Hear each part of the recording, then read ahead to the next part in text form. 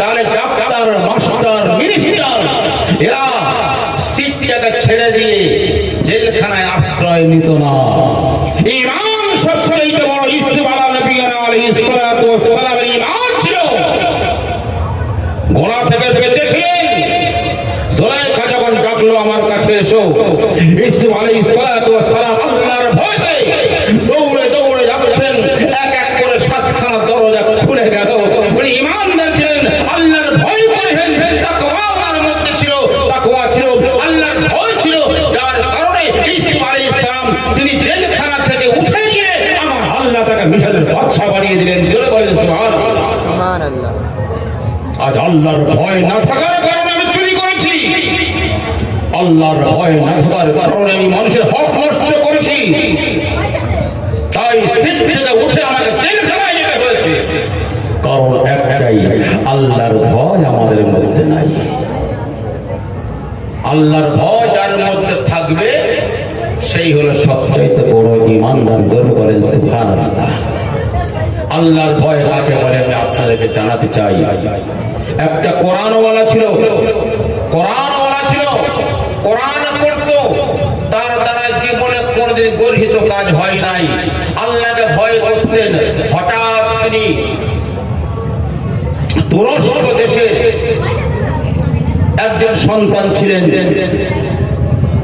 যে গ্রামে তার বাড়ি সেই গ্রামের নাম ছিল মুরু।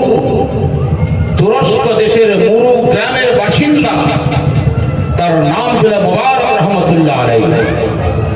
তিনি একদিন খুব গরিব ছিলেন, হেঁটে হেঁটে হেঁটে হেঁটে নদীর পাড় ধরে আসছেন, নহরের পাশ থেকে আসছেন, খুব ক্লান্ত শরীর, অনেক দূর হেঁটেছেন। হাঁটতে হাঁটতে একটা লোকের সঙ্গে দেখা, যে ভাই শোনো তো, এখানে কোনো জমিওয়ালা আছে, জমিনদার আছে? আমি তার বাগানে কাজ করতে চাই, আমি হালাল উপার্জন করতে চাই, আমি হালাল উপার্জন করে হালাল খানা খেয়ে আমি আল্লাহর সন্তুষ্ট করতে চাই। তাই কোনো একটা জমিওয়ালা যদি থাকে আমাকে বলো, আমি তার বাগানে কাজ করব। সেই লোকটা বলল, আপনি চলে যান, সামনের গ্রামে গিয়ে যে চারতলা বিল্ডিং দেখতে পাচ্ছেন, ওই বিল্ডিংটা হলো জমিদারের বাড়ি। উনি খুব আল্লাহওয়ালা মানুষ, ওখানে যান, আল্লাহ চাইলে আপনার কাজ হয়ে যাবে। উনি আস্তে আস্তে সেখানে গেলেন। দেখছেন বৃদ্ধ বাবাজি, 80 বছর বয়স। দেখা হলো কেটে, আসসালামু আলাইকুম। ওয়ালাইকুম আসসালাম। কি ব্যাপার বাবু, কোথায় বাড়ি? বাবাজি, আমি তুরস্ক দেশের মুরু গ্রাম থেকে আসছি, আমি বড় অসহায়, মজবুর করি, আমার কাজ চাই, আমি মেহনত করে খেতে চাই, একটা কাজ আমার কি হবে?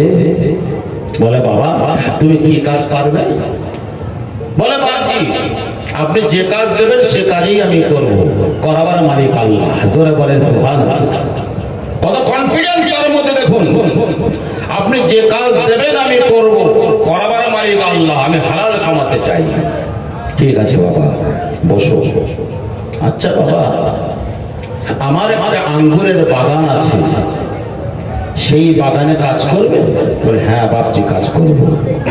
আঙ্গুর বাগানে চৌকিদার রাখলেন। উনি বলেছিলেন, আমার 200 বিঘে আঙ্গুরের বাগান আছে, এই বাগানটা তুমি চৌকিদারি করবে, রাখওয়ালা করবে, তুমি দেখভাল করবে। বলে ঠিক আছে। উনি বাগান চৌকিদারি করছেন, বাগান দেখাশোনা করছেন। এই করতে করতে 1 বছর, 2 বছর, 5 বছর, 7 বছর হয়ে গেছে। 7 বছর পরে মালিকের একটু মন চেয়েছে আমি আমার বাগানটা পরিদর্শন করে আসি। চাকর বাকরে কাজ করে, মাল আনা নেওয়া করে, উনি যান না। 7 বছর পরে একবার মন চাইলেও বাগানটা দেখে আসি। বাগানের কাছে এসে চাকরের নাম ধরে ডাকছে, মোবারক। হ্যাঁ মালিক। আরে এ তো সে আমার মালিক। কোমর থেকে গামছা খুলে আলের উপরে বিছিয়ে বলছেন, বাবাজি বসুন বসুন বসুন। বাবা কেমন আছো? আলহামদুলিল্লাহ, আল্লাহ ভালো রেখেছে। আচ্ছা বাবা, অনেকদিন পরে আমি বাগানে আসলাম, একটা আঙ্গুর ফল নিয়ে এসো তো। জি মালিক, এখনই আনছি। উনি দৌড়ে দৌড়ে গেলেন, বাবা একটু মিষ্টি দেখে পাকা দেখে নিয়ে আসবে। আঙ্গুর ফল এনে মালিককে দিলেন, মালিক গালে দিলেন, বড্ড তেতো টক, বাবা আর একটা নিয়ে এসো। আবার দৌড়ে গেলেন, আবার একটা আনলেন, ওটাও খেলো, ওটাও টক। বাবা একটা পাকা দেখে নিয়ে এসো, ভালো দেখে নিয়ে এসো। তিনবারের মাথায় আর একটা আঙ্গুর আনলো, মালিক গালে দিয়ে বলছে ওটাও টক। এই মোবারক, তোমার হোশ নাই? আমি বাগানের মালিক, আঙ্গুর খেতে চেয়েছি, টক আঙ্গুর আনলে কেন? যাও মিষ্টি আঙ্গুর নিয়ে এসো। কোন গাছের ফল টক, কোন গাছের ফল মিষ্টি, তোমার হোশ নাই? যাও। মোবারক হাত জোড় করে বলে, হুজুর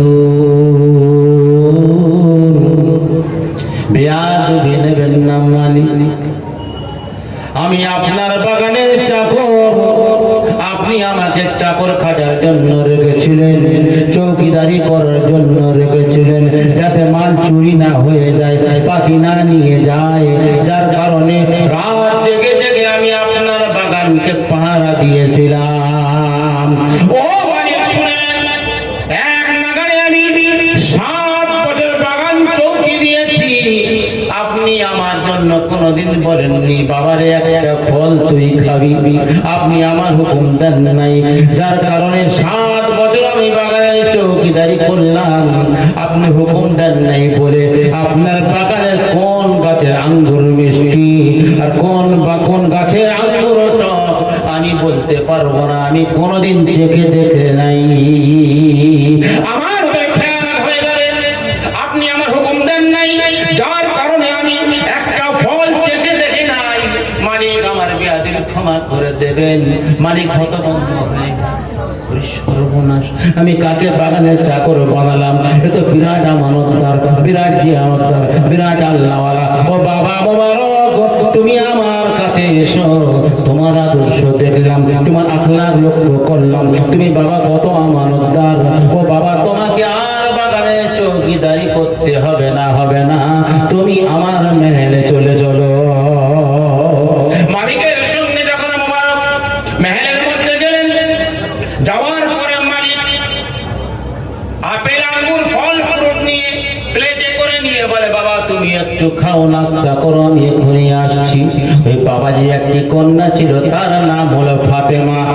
সঙ্গে সঙ্গে ফাতেমার মায়ের কাছে গিয়ে বলে, ও ফাতেমার মা, তোমার তো একটি কন্যা আছে, তুমি কি একবারও ভাবো নাই মেয়েটার বিয়ে দিতে হবে? ভাবো না? বলে, আমি তো মেয়ের মা, তুমি তো মেয়ের বাবা, তুমি ভাবো। বলে, এই দেখ একটা ছেলে আমি খুব ভালো পেয়েছিলাম, ওর সঙ্গে বিয়ে দিলে কেমন হয় বলতো? বলে, ডাক্তার নাকি? বলে, না না না। মাস্টার নাকি? বলেন না। জমিনদার নাকি? বলেন না। তবে কে? কাছাকাছি আয়, কারণ বলিস না, খুব ভালো একটা আল্লাহওয়ালা ছেলে পেয়েছি। বলে, কে? বলে, সেই মোবারক। মোবারক? কে মোবারক? বলে, সেই আমার বাগানে সেই চৌকিদার, এই বাগান চৌকিদার। বুড়ে জেগে গেছে, তোমার বুড়ো বয়সে ভেমরে লেগেছে, মালিকের মেয়ের সঙ্গে চৌকিদারের বিয়ে হবে? কোথায় এলে বাবা? হ্যাঁ, ভয় খেয়ে গেছে। উনি কোনো কথা আর বলেন নাই, সোজা মোবারকের কাছে কাছে গিয়ে বলছে, বাবা নাস্তা খাওয়া হয়ে গেছে, একটু তোমার সঙ্গে মাসোয়ারা ছিল। বলে, মালিক আমি চাকর আর আপনি মাসোয়ারা করবেন, কি করে হয়? না বাবা একটু মাসোয়ারা দাও। বলে, কি? বলে, বাবা যদি কারোর মেয়ে থাকে বিবাহ উপযুক্ত, তাহলে কেমন ছেলের সঙ্গে বিয়ে দিলে ভালো হবে বলো তো বাবা? ভাই কথা বুঝে আসছে আপনাদের? তখন বলছে, চাকর বলছে, হুজুর বিয়া দিবে নেবেন না, আপনি যদি খ্রিস্টান হন কিংবা মেয়ের বাবা যদি খ্রিস্টান হয়, তাদের চরিত্র সৌন্দর্য দেখে, বিল্ডিং বালাখানা দেখে, তাহলে বিল্ডিং বালা সৌন্দর্য দেখে খ্রিস্টানদের সন্তানদেরকে বিয়ে দেবে। আর যদি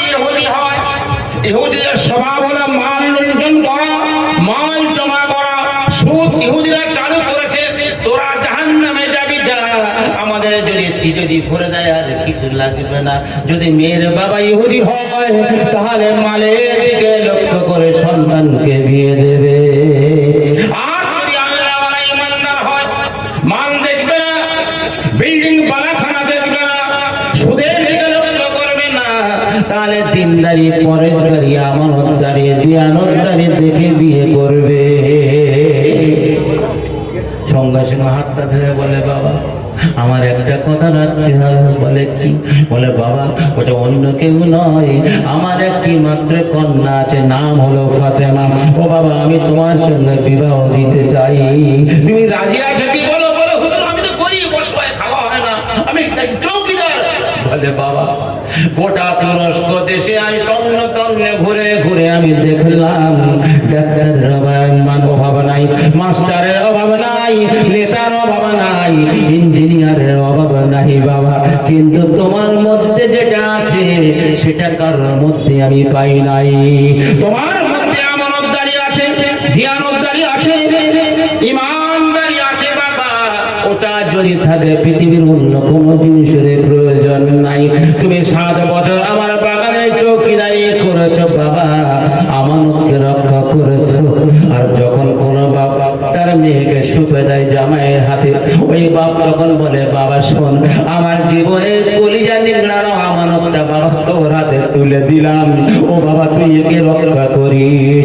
বাগানকে যদি আমার সরে রাখতে পারো বাবা, তাহলে আমার পূর্ণ বিশ্বাস আমার আল্লাহ তোমার দ্বারায় আমার মেয়ের আমানতটা রক্ষা করবে। আমার আমানত হলো আমার কোলের সন্তান।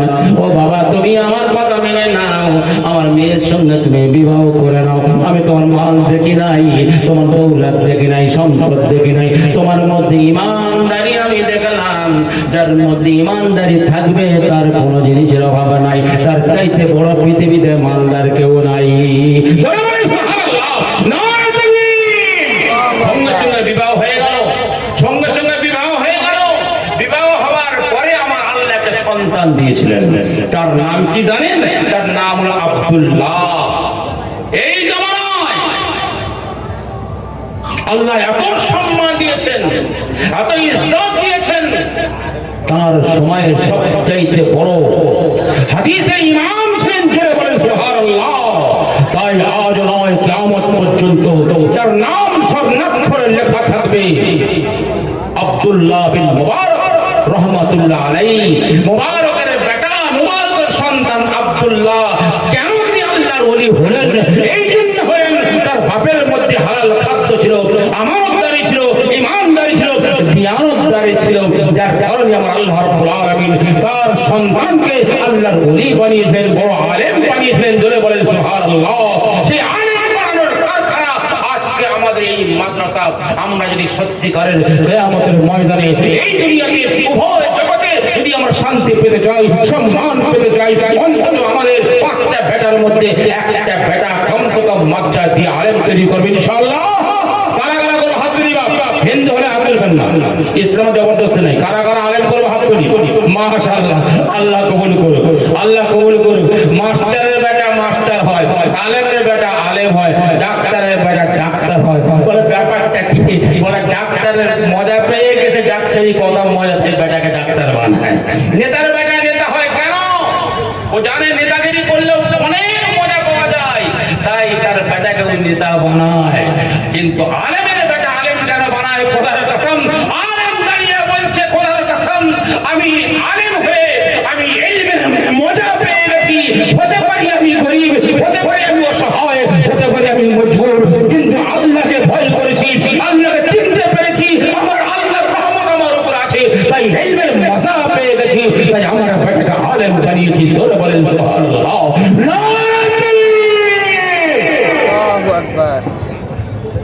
আল্লাহ রাসূল সাল্লাল্লাহু আলাইহি ওয়াসাল্লাম বুখারী শরীফের হাদিসে বললেন, আয়াতুল মুনাফিকি সালাসুন, মুনাফিকের নিশানি হলো 3খানা। আউয়ালু, সর্বপ্রথম ইযা হাদাসা কাযাবা, যখন কথা বলবে মিথ্যা বলবে। ওয়া ইযা আতুমিনা খানা, যখন আমানত রাখবে খেয়ানত করবে। ওয়া ইযা ওয়াদা আখলাফা, যখন অঙ্গীকার করবে তখন ভঙ্গ ভঙ্গ করবে। তিনটে হলো মুনাফিকের নিশানি। তিনটের মধ্যে একটা কারোর মধ্যে থাকলে মুনাফিকের সত্তার মধ্যে চলে আসলো। মিথ্যা কথা বলবো না ইনশাআল্লাহ, ওয়াদা খেলাপি করবো না ইনশাআল্লাহ, আর আমানতের খেয়ানত করবো না ইনশাআল্লাহ। আল্লাহ বলেন আল্লাহ লা ইখলিফুল মিয়াদ, নিশ্চয়ই আল্লাহ হলেন তিনি যিনি নাকি লা ইখলিফুল মিয়াদ, তার অঙ্গীকার কোনো সময় ভঙ্গ করেন না। তাই যারা নাকি ঈমান আনবে, আমল সালেহা করবে, আমার আল্লাহ ওয়াদাকে রক্ষা করবেন। কোরআন পাক তার প্রমাণ, ইহকাল পরকাল কামিয়াব করবেন, সচ্চ জিন্দেগি দান করবেন। আল্লাহ রাব্বুল আলামিন আমাদের প্রত্যেককে হাদিস ও কোরআনের প্রতি যথাযথভাবে আমল করার তৌফিক দান করুন। আল্লাহুম্মা আমিন। ওয়া আখিরু দাওয়ানা আলহামদুলিল্লাহি রাব্বিল আলামিন। আসসালামু আলাইকুম ওয়া রাহমাতুল্লাহি ওয়া বারাকাতুহু।